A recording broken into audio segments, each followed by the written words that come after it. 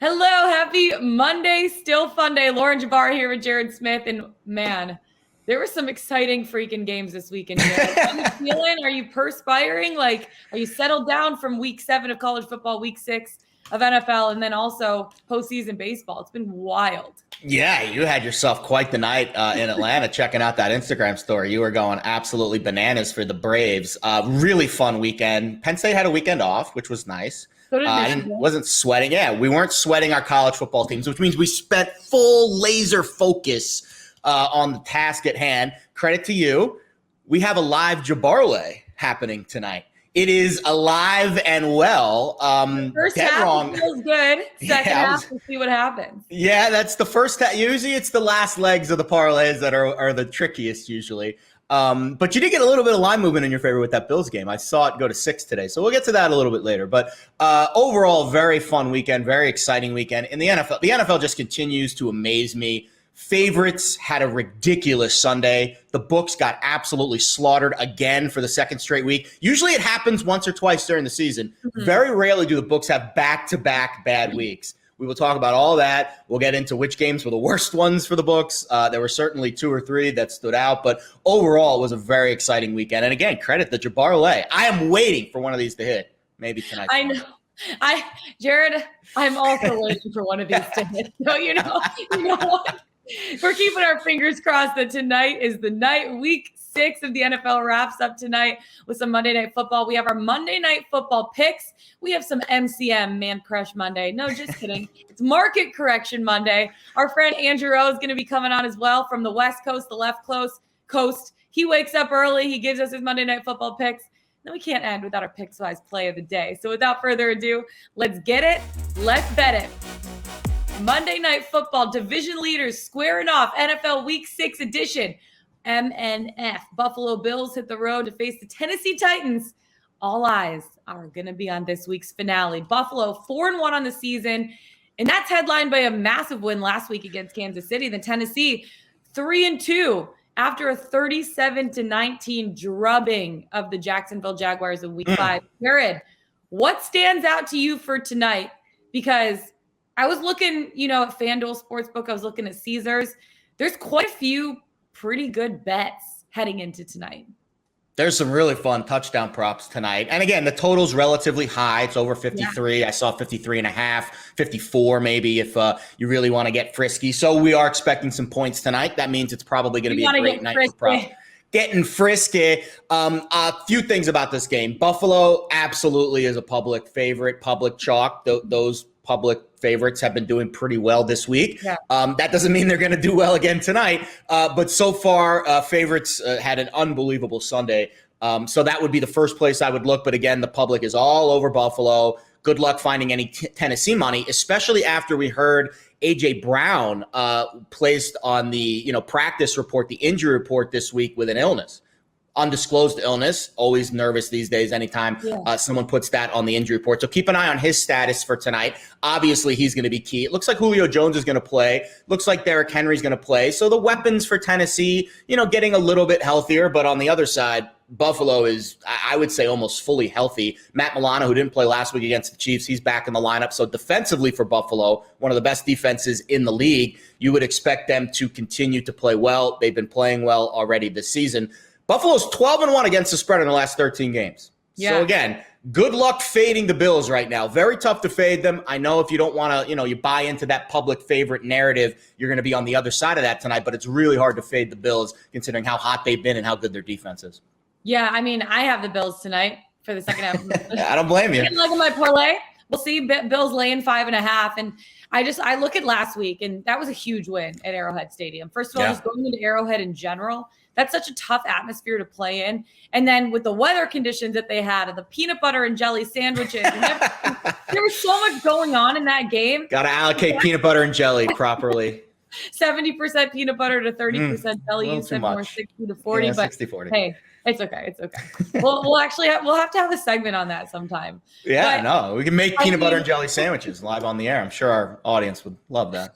I look at Jacksonville though, and you were talking about it. I mean, basically, the Titans like beating up on Jacksonville, Yeah, and then facing Buffalo. They're just two completely different beasts. yeah. And I don't think that you can compare a win against Jacksonville to going up against, like, oh, they have so much, momentum, so much energy after going up against Jacksonville.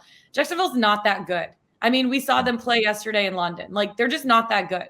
No. You know what I mean? I don't know. Like, I see you nodding your head a little bit. Do you not agree with me? No, I agree with the assessment that the Bills facing the Titans is much different for Tennessee than it is facing the Jags. But to me, the Titans still have kind of been to not the end of the rainbow, but pretty close. AFC Championship games. They've faced the Chiefs at Arrowhead with a chance to go to the Super Bowl a couple years ago. So they've been in some of these big games. They're at home, and I'm telling you, the sports books do not get slaughtered this bad 2 weeks in a row very often. They needed Seattle to cover last night for it to avoid any more disaster. They got Seattle across the finish line, even though Geno Smith. Oh, I feel terrible for Geno Smith. He played so well.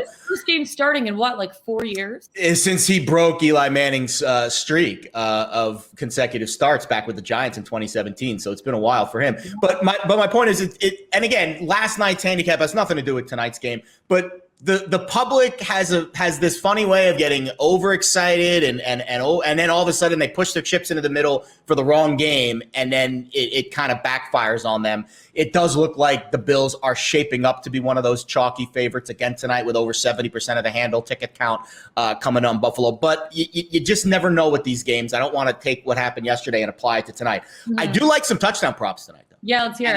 I think money props. We got some plops coming from your side of the camera. I love it. This is a great plops game because I think the Bills have a lot of options to score touchdowns. We all know about Stephon Diggs. Even Emmanuel Sanders kind of peeked himself into the conversation a little bit. But I think there's some other guys on this Buffalo team that we should keep an eye on tonight. The main guy for me is Dawson Knox. Why? Well, he's having a great season. He scored 5 touchdowns, and that's a good reason to bet on a guy to score a touchdown, right? I got plus 215 on him, which is a great number as well. So I've got the starting tight end who scored a bunch already this year at over 2-1. But here's the cherry on top of this handicap, LJ. This is a homecoming for Dawson Knox. Whoa. He is from Brentwood, Tennessee, very close to the Smashville area. He is going to have a ton of friends and family in the stands tonight. And when these guys talk before the game, I'm sure Dawson Knox is going to Josh Allen and be like, hey, Josh, got a bunch of my buddies are watching this game tonight. Hey, Mr. Allen, Mr. Quarterback, give me the ball in the red zone. And again, it's not like a far-fetched thing. He scored a bunch of touchdowns already this year. So we're going to be on Dawson Knox plus 215. How about the starting running back for the Buffalo Bills at almost 2-1? Zach Moss. Now, this number's all over the place in certain shops. I got it at Caesars last night at plus 195. Zach Moss, he's already scored 3 times this year, and the Titans are brutal against the run, 27th in DVOA. So we got Dawson Knox. We got Zach Moss on the Bills side. On the Titans side, do I want to let you give this one away later? Because I know you are going to be giving this as your play of the day. What do you want me to do? I'll let you decide. Let's save it for play of the day. All right, we'll save it for play of the day. We have another player on the Titans. I will say now you helped me get a better value bet, because I was going to bet it on one sports book that will not be named, but now I'm betting it on another sports book. Voldemort? That I will that will not be named. But we got a really good price on it. We do. So you have to watch the end of the show. That's a tease. We're going to tease you a little bit. So we'll give out the 2. I'll give out the 2 ones that I really like on the Bills side. Dawson Knox, Zach Moss. 4-letter names. Hopefully they find the end zone. Almost 2-1 on both. One of them's over 2-1. The other one's slightly below. Mm-hmm. I think it's good value for a Buffalo Bills team that should score a lot of points in a high total game where they're favored by almost a touchdown. The Bills are going to find the end zone at least 3 or 4 times tonight, I think. Yes. Safe to say it's going to be one of those guys. I love it. I absolutely love it. I was trying to look for some props that I really liked this week. I only have 2, but I will tell one prop that's not a plus money prop, but it is a prop. Derrick Henry under 97.5 rushing. I know. Let me tell you this. Okay. No, I love it because everyone bets the over on props. So it's rare you see people bet the under. Well, I look back to week 1. He had a terrible game. Since then, though, he's been an absolute machine in the backfield for Tennessee. He's pretty good. Averaged about 145.5 yards per game over the past 4 games and has gone over 100 rushing in each of them. You're like, Well, that doesn't really make your case, Lauren, but he does not have a great history against the Bills. In his 3 career matchups with Buffalo, only averaged 63.5 yards per game and 3.8 yards per attempt. Buffalo's ranked 3rd in the NFL right now in rushing defense. They only allow 78.4 yards per game. That's pretty good last time I checked. And then thus far, I looked back at all of the games they played so far. The leading rusher from a running back position against the Bills this season, Najee Harris in week 1 with 45 yards. Wow. Week 1, 45 yards. And the Bills lost that game. They were behind, and the game script dictated Pittsburgh running it. Yep. I would guess that would not be the case tonight. If I had to put on my Martin Scorsese hat, my game script for tonight would be Titans behind throwing it. So yeah. I also looked at the overall leading rusher against them this season. It was a quarterback, Patrick Mahomes, last week, and he only had 61 rushing yards. So I think that's a great nugget right there. The leading rusher against the Bills in a game this season has been a quarterback. That just shows you how good their defense is. Yeah. So I just think the Bills defense is so good against. They're going to stack the box, and they're going to make Tannehill beat them tonight. They are not going to let Derrick Henry go off. So that game script makes sense to me. And you're always getting a good number to the under on Henry because his prop total is always right now. I bet it on FanDuel. I bet you can find maybe better elsewhere. I don't know, but FanDuel usually jacks up the prop numbers because they get a lot of prop money, and it's usually most of the public bets props to the over. It's very rare that you see a heavy juiced prop to the under. Usually it's, people like to bet the overs on props. That's kind of the domain there. So I will tell you my one plop. I know I have another plop for play of the day, so I'm going to save that for now. But right now, Josh Allen. I'm riding the Josh Allen train. I'm riding the Justin Herbert train. Anytime touchdown at plus 115. I don't hate it. He's so good. He's did you see him hurdle a man last week? He's unbelievable. I love that. But the Bills, they've used Allen a lot in the red zone in rushing situations. He only has 2 rushing touchdowns to show for it, though. So I looked at the stats. He's 13th in the NFL right now in red zone rushing attempts with 12. That puts him ahead of Kareem Hunt and Melvin Gordon. So he's the only quarterback that tops him on the list is Jalen Hurts with 14 attempts. And 8 of those rushes were from inside the 10-yard line. So I expect look at you, stat maven. I know. I was the stat game today. I'm going to give you these glasses. No, you need the nerd glasses today.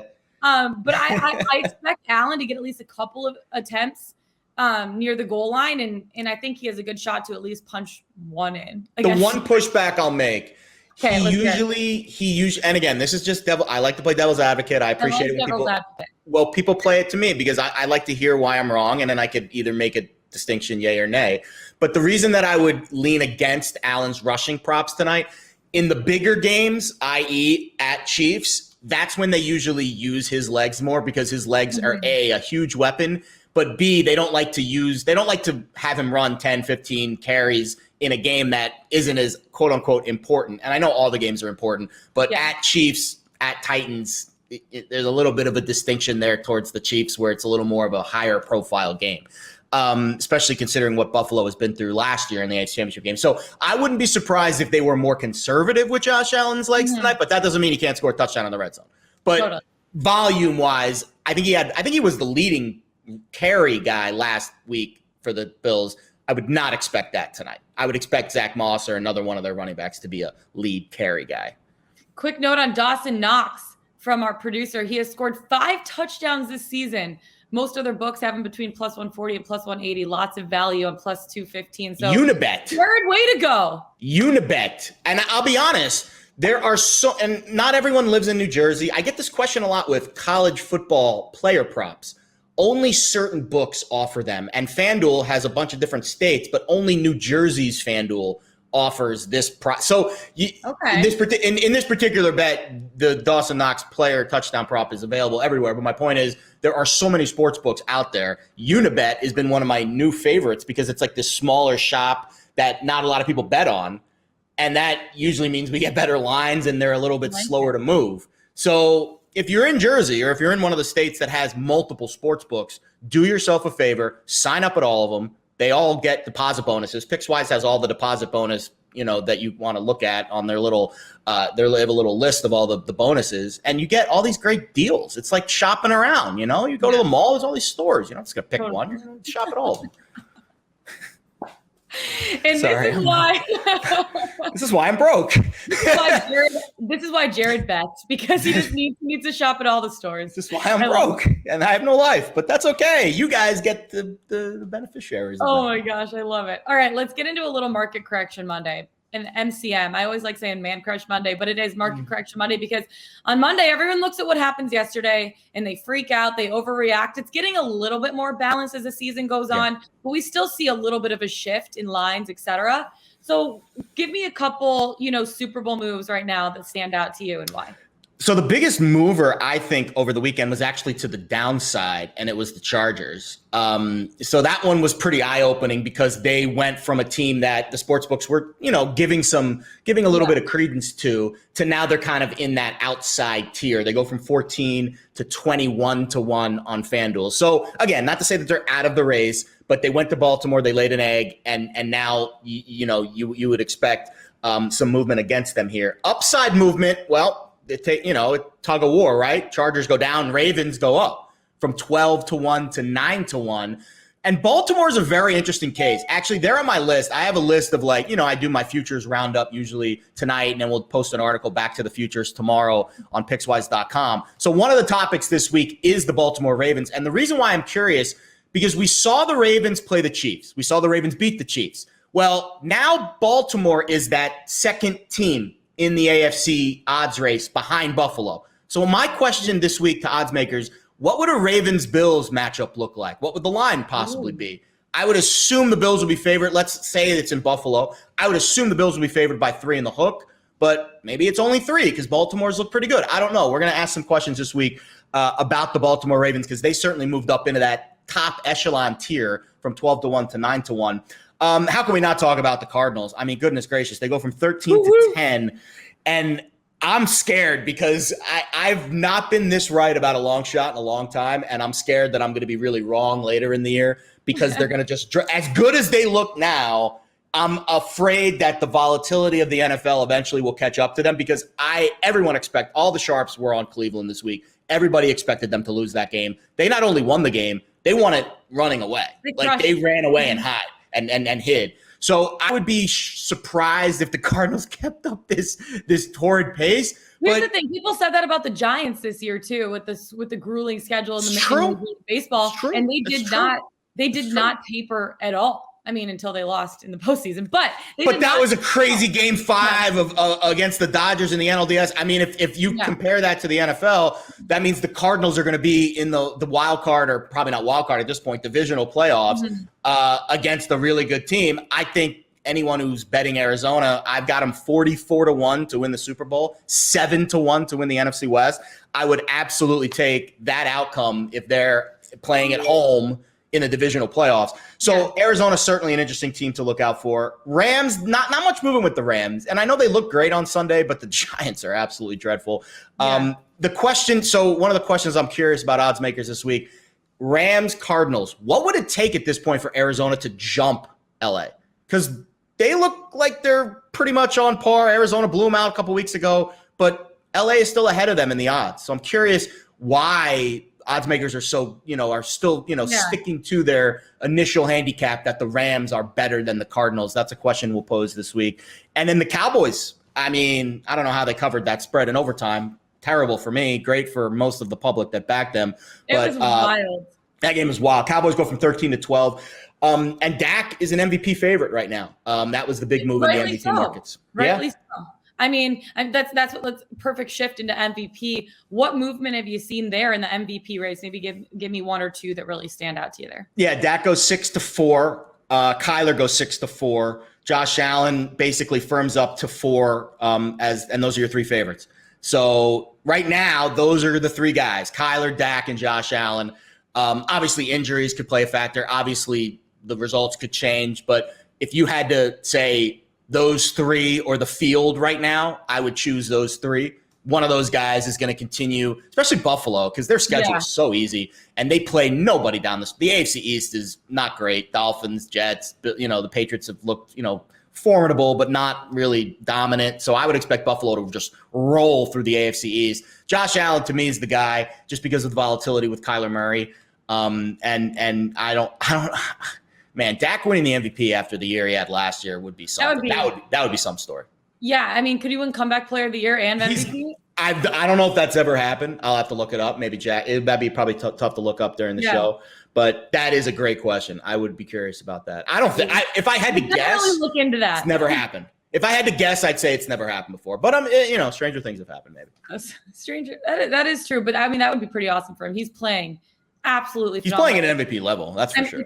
It's great to see. Here's the thing. It's like I put a future on Justin Herbert, and I still kind of like that even after this past week.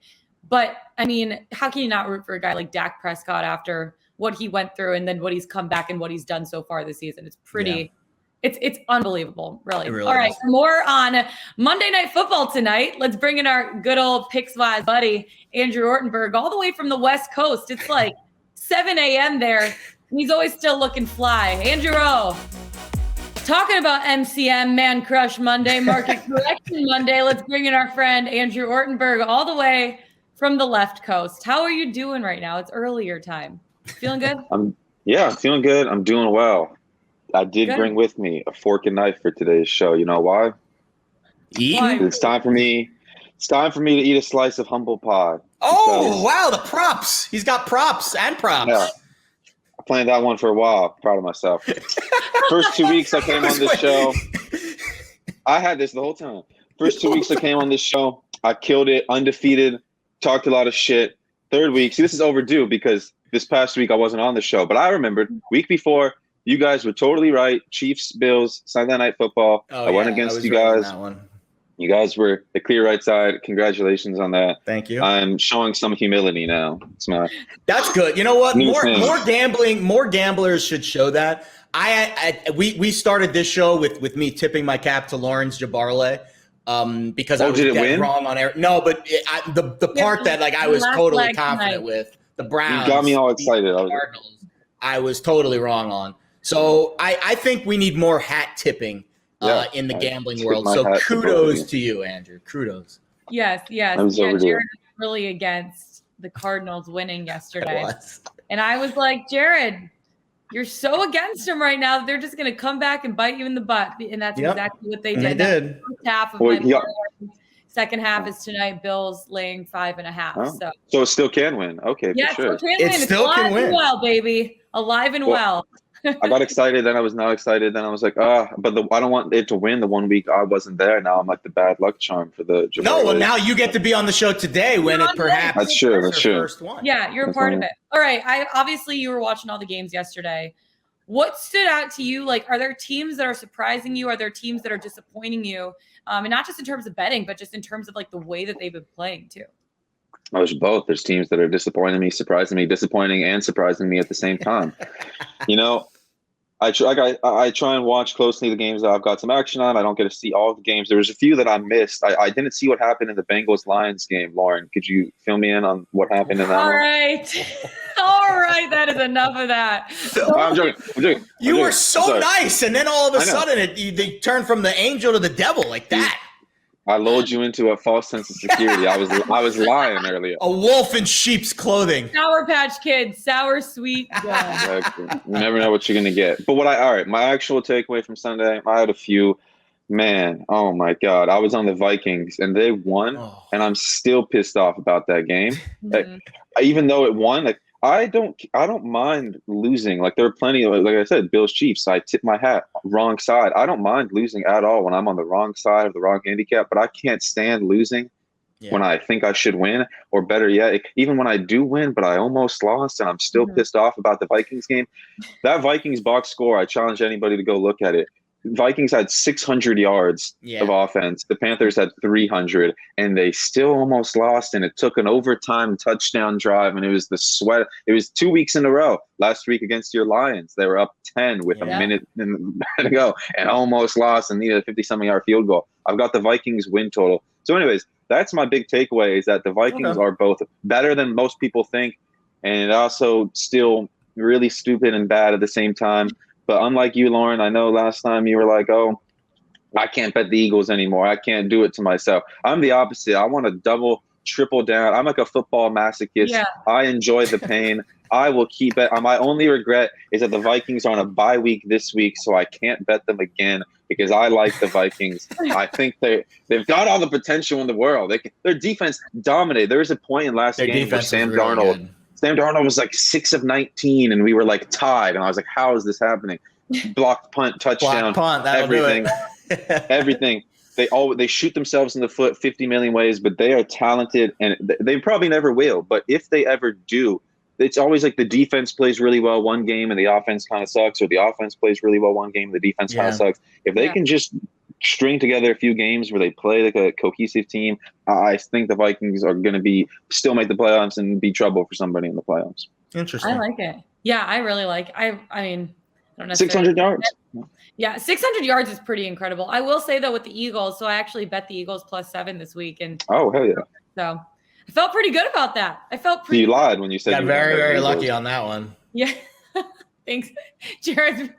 I bet it too. I was. There was not one moment in that game where I was like, "Yep, the Eagles are going to cover," until the last 2-point conversion happened. That 2-point conversion must have been a big sweat. That must have been. That was the only moment in the game where I was like, "Wow, the Eagles might actually cover this," and it was the last minute. Oh man! So it goes. All right, Andrew, what else you got? What else stands out to you? I mean, I thought that the Browns, obviously. I mean, if you want to put disappointing, luckily I didn't have the Browns, so I didn't care as much. But man, yes, you did have the Browns. Really disappointing. I had the Browns. Baker, man, sheesh. I was like, I don't know. I mean, it's tough. I don't know what you do if you're the Browns.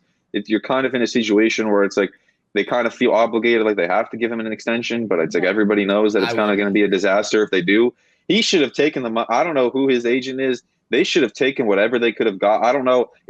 Maybe this was mistaken. It sounded like the reporting was like the Browns were kind of into doing one this offseason. They couldn't get one done in time, so they agreed to table it into offseason. Yeah. Maybe that's not true. But if the Browns offered him anything, that makes sense. He should have taken it if the Browns offered him anything. Because, man, I don't know, especially if he plays through this shoulder thing. I didn't think the Cardinals even played that well. I mean, I think the Browns just really, again, a game of throwing up on themselves. And that's what the NFL boils down to. It's who throws up on themselves less. It's true. It's very true. I love that. Speaking of tonight, who do you think is going to throw up on themselves last? The Bills taking on the Titans. Do you want me to give my the props that I've got lined up, or just talk about the game give in it general? all. Tell us everything. Just throw up all over our show. Throw up all over the show. Yeah. I don't love the side or total here. It's tough for me because it's like, man, the Bills are. I don't want to take the 6-point road favorite, but I don't want any part of the Titans either. Like, I don't know. Yeah. Totals the total's come down, hasn't it? Like I saw it's a tick from this morning. I'm still seeing it. Actually, from the look ahead, it's basically spot on 53.5. Okay. I saw 53 at DraftKings. It looks like some of the offshores are a little bit higher, but I would assume it closes 53-ish. Yeah, it's like, I don't know. I would maybe lean over in that game, even though I'm usually an under game. I feel like both offenses are really bad.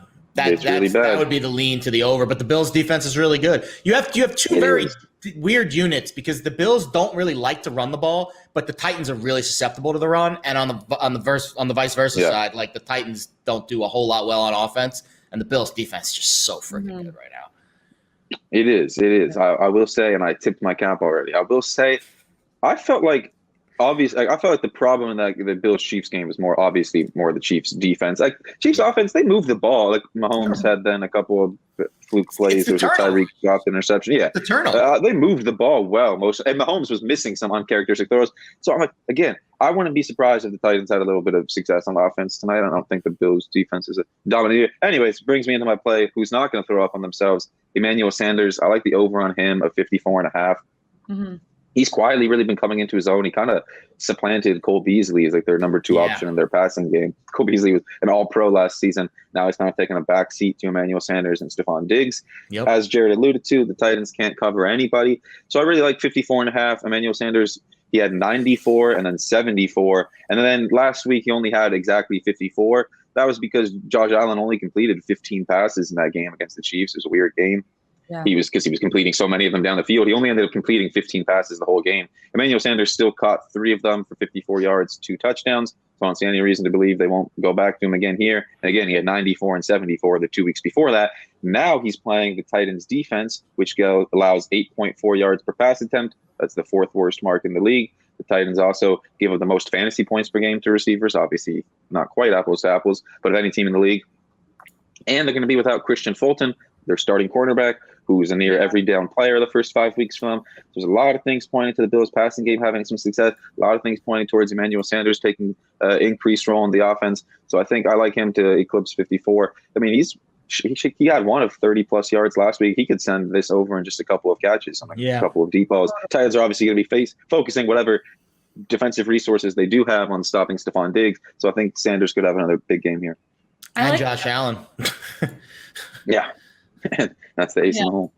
I know. I actually, I know you weren't on a little bit earlier, but I have a plus money prop. I think Josh Allen's going to score a rushing touchdown tonight too. I like that. That's a good bet every week if it's in plus money. Absolutely. Yeah, I thought about taking the rushing attempts on him. I know. That's another interesting one. But here's actually, I'll bounce this off you, Ayo. So my theory on any quarterback rushing prop, the more higher profile the game, the more chances I think that the quarterback will be inclined to give up his body and run the ball. So that's why last week I really liked the Josh Allen rushing props, touchdowns, attempts, whatever. This week, because of the profile of the game being slightly less, not the Chiefs, not on the not a AFC title game rematch, I would assume lesser Josh Allen rushing attempts. But what do you think? Yeah, I mean, I like your theory in general of the bigger. I do think. I mean, hey, it's still Monday Night Football. It's not exactly. It's true, and it's the Titans are a playoff team from last year. That's true. You're right. That's true. But it's not quite the level of hype that the Chiefs-Bills game was last Sunday. No, for sure. Am I misremembering, or is there a little bit of bad blood between these teams too? Well, I don't know if anyone's they played on the Monday night a couple years ago. The I don't COVID know why game. Baseball right now. I'll put it. Wasn't last year the COVID game? Or it was like they played on Tuesday. They played on a Tuesday. No, that was the Chiefs-Bills game. But there was another Chiefs. There was a Bills-Titans game. Because the Titans game got postponed, didn't it? Because the Titans were having, and the Bills were mad at the Titans for they were saying, oh, it should have been a forfeit, all this, that, and the other. We shouldn't have to make it up. It's a good point. I actually forgot about that. That actually is a good point. I'm surprised no one's mentioned it. But I like your theory in general. I agree. If I'm looking at a QB rushing prop, I try and think of game script, weird emotional factors like that too, because I like to take it when I think an offensive line may struggle because it may lead to somebody getting flushed out of the pocket more and scrambling, stuff like that. Even when I often like taking the QB rushing when I think the offense is going to have a bad day, because usually it's off script a lot of the times. But I know. Correct. I like it. We'll all right. What else you got? All right. My second one is a weird one. This is a weird one. We're like, okay. I went deep for this one. I got the late night alert that I was going to be on the show. I was scrambling. I was looking at all the props. I'm taking Jack for that. Anthony Firkser under longest reception, 14.5 yards. Okay, I'm probably one of 5 people who even saw this on the bet sheet. I would say I would pick the under on that. I would take the under on that. I couldn't believe they were even offering it. They didn't even have, when I was checking last night, the FanDuel DraftKings, they were missing props on a lot of the big guys. They didn't even have Dawson Knox. Because of the A.J. Brown illness, I would assume. Yeah. I would assume they didn't even have Dawson Knox. They didn't even have some. Yeah, they even have some guys on the Bills. But anyways, 14.5, it just seems high when I dug into it. I mean, Firkser's played in 3 games this year. He hasn't gotten a 15-yard reception yet in 3 games. The Bills defend tight ends pretty well. Obviously, Matt Milano's coming back this week. They've got another fantastic linebacker in Tremaine Edmonds. The Titans, it's not like they feature tight ends particularly heavily. I looked this up. Last year, Jonnu Smith was their lead tight end. He only had a reception of 15 yards or longer in 6 out of 15 games, so not even 40%. Wow. And obviously Jonnu Smith was quite a bit better, I think, than Firkser is, and he hasn't done it yet in 3 games this year. And the Bills defend tight ends pretty well, so I just feel like 14.5 seems a little high to me.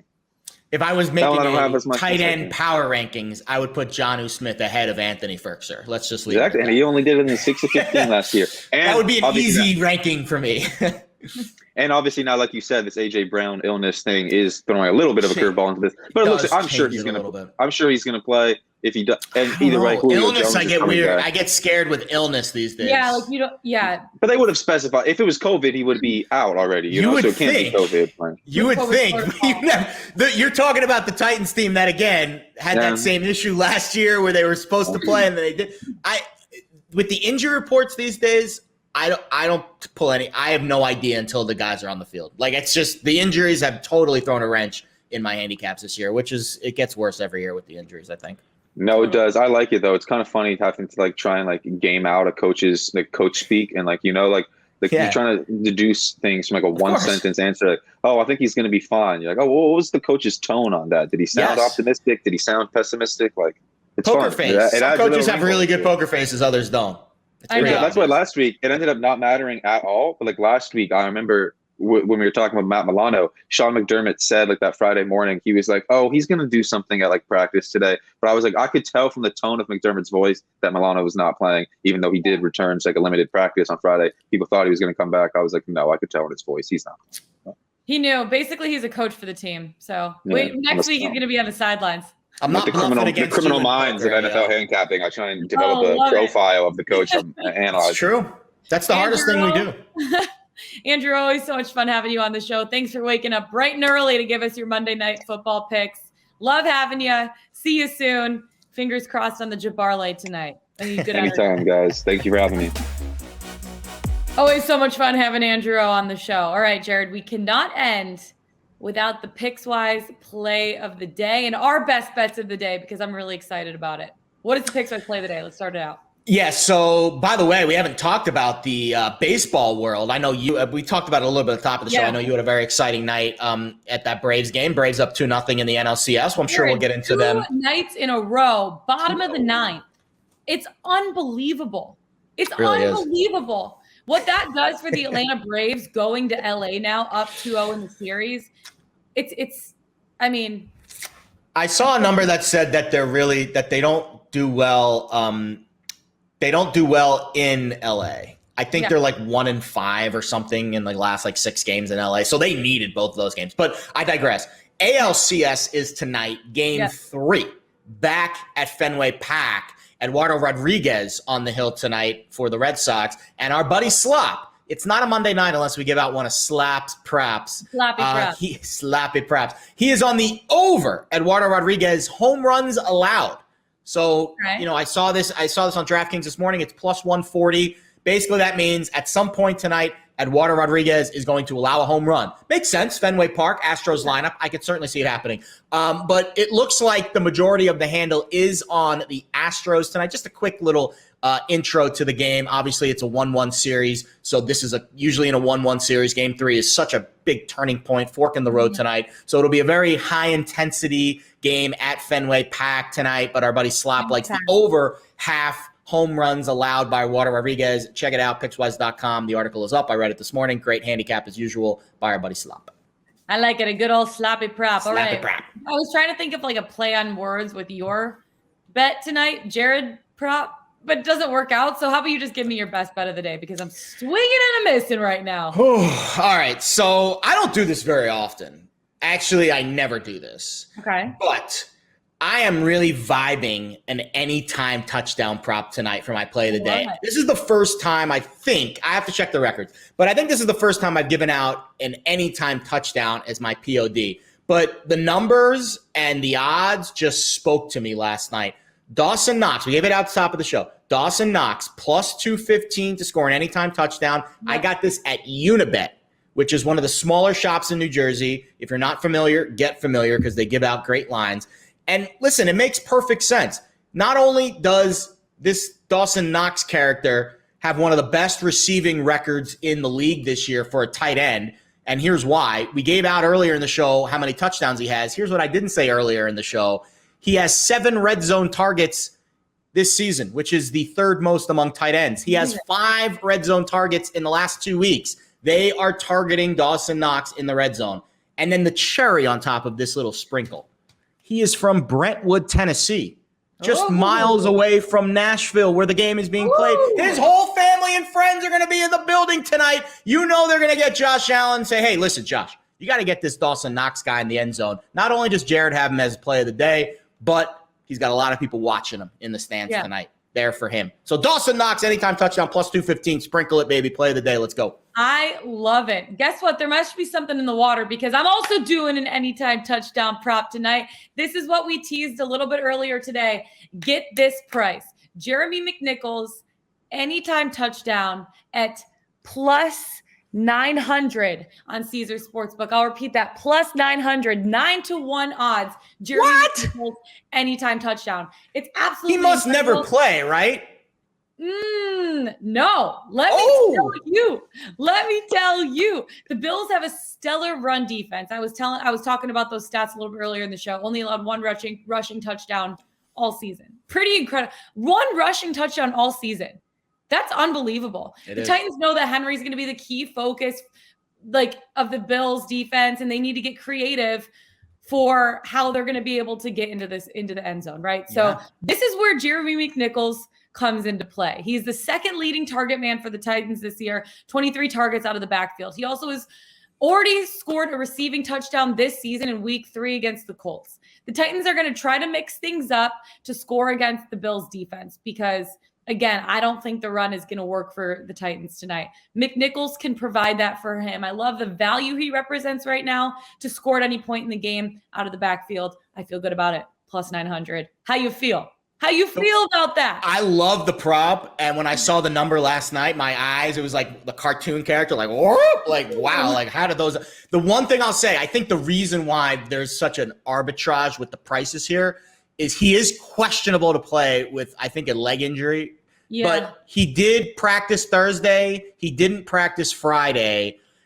Usually they push the practice times back because it's a Monday night game. I didn't check the practice schedule Saturday. That would be the only thing about it that would scare me is that I don't know if he's 100%. I think he's going to play. That would be my guess.